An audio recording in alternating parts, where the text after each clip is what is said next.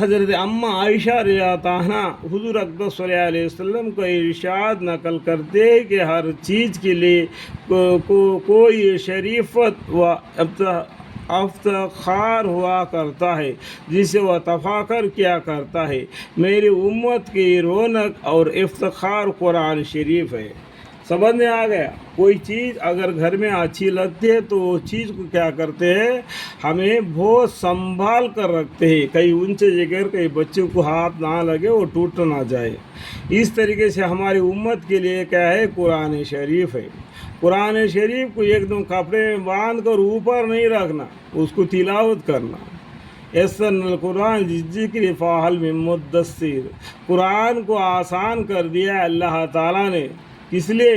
تاکہ تم سمجھو۔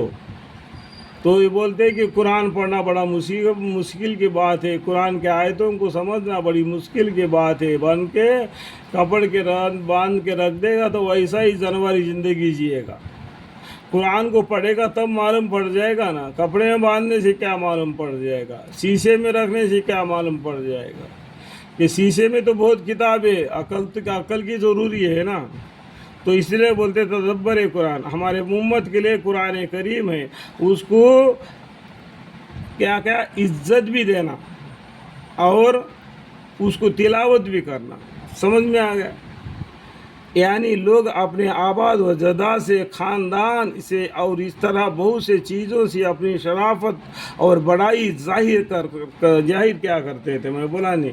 اور کوئی آدمی اپنے پاس 50 بکریاں ہے، کوئی بولتا ہے میرے پاس 5 ایکڑ جنگل ہے، کوئی بولتا ہے میری 4 بیویاں ہے، کوئی بولتا ہے میرے کو 10 بچے ہیں۔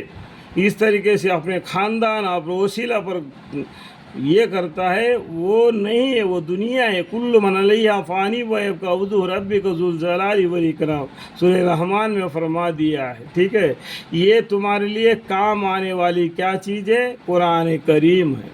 وضو جس کو کوئی کسی کو اگر اللہ سے بات کرنا چاہتا ہے دنیا میں، وہ اچھی طریقے سے وضو کرے اور قرآن شریف کو پڑھے، وہ سمجھے کہ میں قرآن اللہ سے بات کر رہا ہوں۔ سمجھ میں آ گیا؟ اللہ کوئی دور نہیں، وہی ادھر نہیں ادھر ہے، ادھر ہے ادھر ہے کر کے دورنا نہیں ہے۔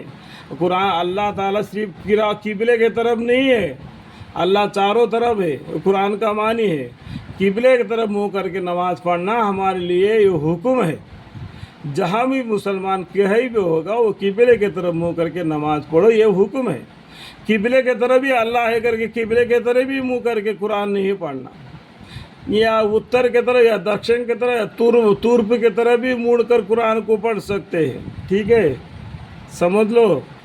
میری امت کے لیے ذریعہ افتخار کلام اللہ شریف ہے، یعنی ہماری امت کے لیے کیا ہے، اس طریقے سے ان چیزوں کو جمع کر کے رکھتے ہیں، اس طریقے سے ایک حفاظت سے رکھنا اور اس کی تلاوت کرنا قرآن شریف ہے ہماری امت کے لیے۔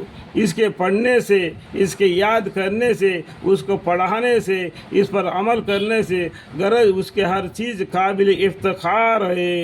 یہ ہے اصلی بات۔ اصلی بات کیا ہے؟ قرآن شریف کو پڑھنا، دوسرے کو پڑھانا، اس کے پر عمل کرنا، قرآن شریف کو سمجھنا، اللہ کا کہنا کیا ہے، پیغمبر صلی اللہ علیہ وسلم کا کہنا کیا ہے، یہ مین۔ اور کیوں نہ ہو محبوب کا کلام ہے، یہ اللہ کا کلام ہے، اس کے اوپر غور کیوں نہ کرنا چاہیے؟ غور کرنا چاہیے۔ آقا کا فرمان ہے، ہمارے آقا ہمارے پیدا کرنے والے مالک، اس کا فرمان ہے، اس کو یاد کرنا۔ دنیا کا کوئی بڑی سے بڑی شرف بھی اس کے برابر نہیں ہو سکتا۔ دنیا میں جتنے بھی کمائی کیا ہو، یہ قرآن کے برابر نہیں کہا سکتا۔ ایک آیت قرآن قیامت کے دن اللہ تعالیٰ بندے سے پڑھائیں گے، اے میرا بندے قرآن شریف کی تلاوت کرتے جا، جنت کی سیڑھیاں چڑھتے جا۔ سمجھ میں آ گیا؟ ایک حرف کو پڑھو اور جنت کا ایک سیڑھی چڑھو۔ یعنی سیڑھی کا مطلب کیا ہے؟ میٹلا۔ اس طریقے سے قرآن شریف کو تلاوت کرتے جا، جنت کی سیڑھیاں چڑھتے جا۔ میٹلا پورا چڑھنے کے بعد میں کیا ملے گا؟ جگہ ملے گا، یعنی جنت ملے گا۔ سمجھ میں آ گیا؟ اللہ تعالیٰ سب کو سمجھنے کی توفیق عطا فرمائے۔